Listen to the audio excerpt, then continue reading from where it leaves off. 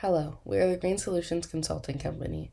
We are a company that understands that the world is changing rapidly around us, and we as a company want to help other companies adapt to new market standards and regulations considering social factors and risk factors. We also want to help companies adapt to new market and environmental changes. We have a team of analysts and researchers that will help guide companies through these rough times and allow companies to maintain their relevant position in the market. During our preliminary investigation, we found out that you guys, as a company, have values of sustainability, keeping the safety of your workers as a top priority, and also prioritizing the people that living in the surrounding areas from the mines that you work in. However, we also found that this isn't quite the truth. Vale is a company that has been around for many, many years, and most Brazilians are probably aware of the disasters surrounding the company and the dams that collapsed with it. For people that don't know, there were two different instances of dams related to the company collapsing. The first one happening in 2015, where 19 lives were lost, multiple villages were displaced, and millions of tons of toxic sludge were spread throughout the environment, causing extreme toxicity in the environment. However, what many people and what most Brazilians might not know is that there was actually reports all the way back to 2013, 2 years before the accident, where auditors and safety people would tell the company that the dam had already started to leak. And the board of the company simply ignored it. A few years later, in 2019, the Brumadinho Dam collapsed too.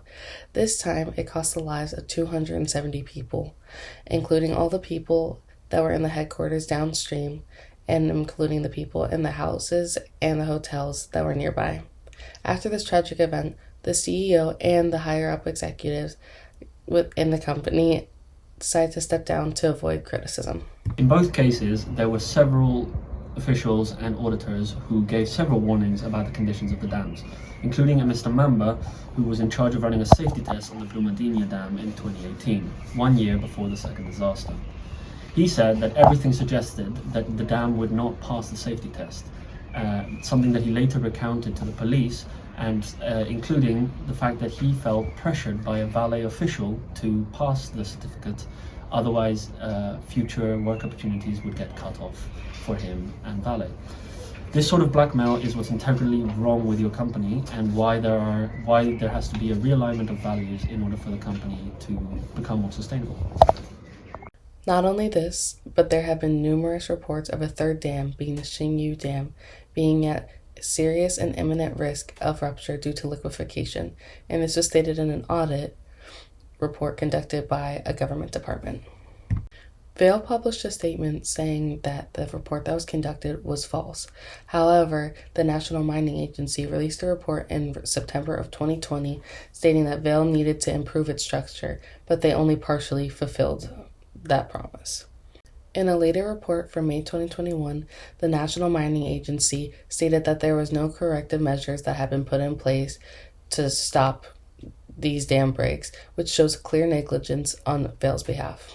The problem lies within the structure of your company and what your values really are.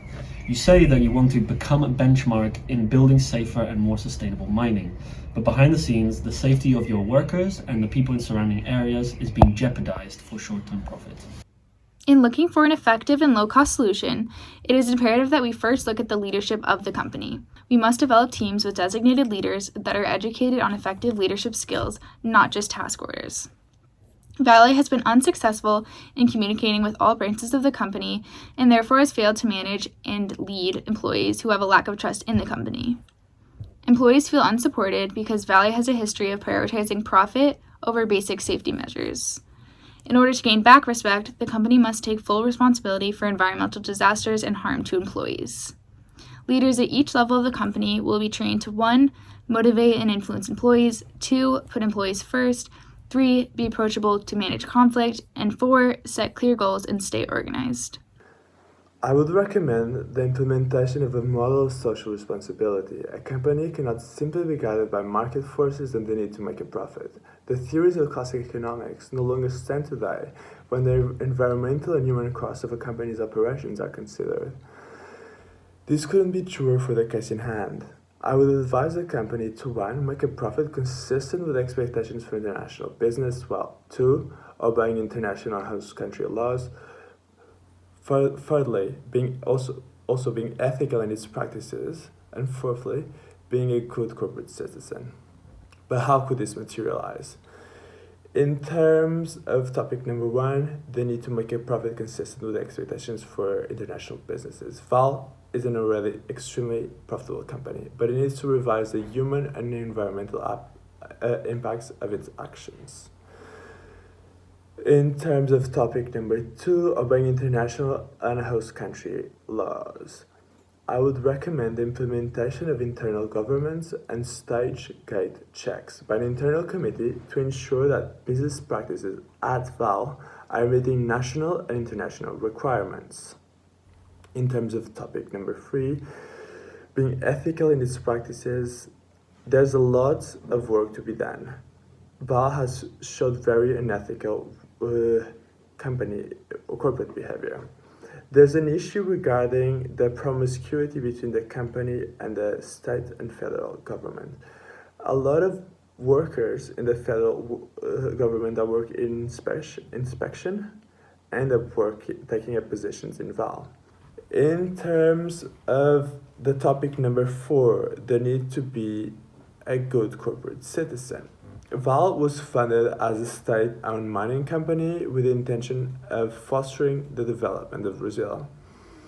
Val should continue this legacy and invest more in education and healthcare in the areas it operates. We believe that the company should pledge 3% of its net income for this. There must be a chain of communication between leaders and subordinates in order for the company to function as a whole. Horizontal communication is cooperation between co-workers and work units. Vale must implement more frequent team meetings, team building exercises, and social gatherings to encourage an open and supportive work environment. Vertical communication also needs to be a priority for Vale so that employees and mines have their concerns heard by top management positions in order for changes to be made. The shift of communicating up and down will allow employees at all positions of the company to feel empowered to voice their opinions, and this will foster organizational fairness and intrinsic motivation.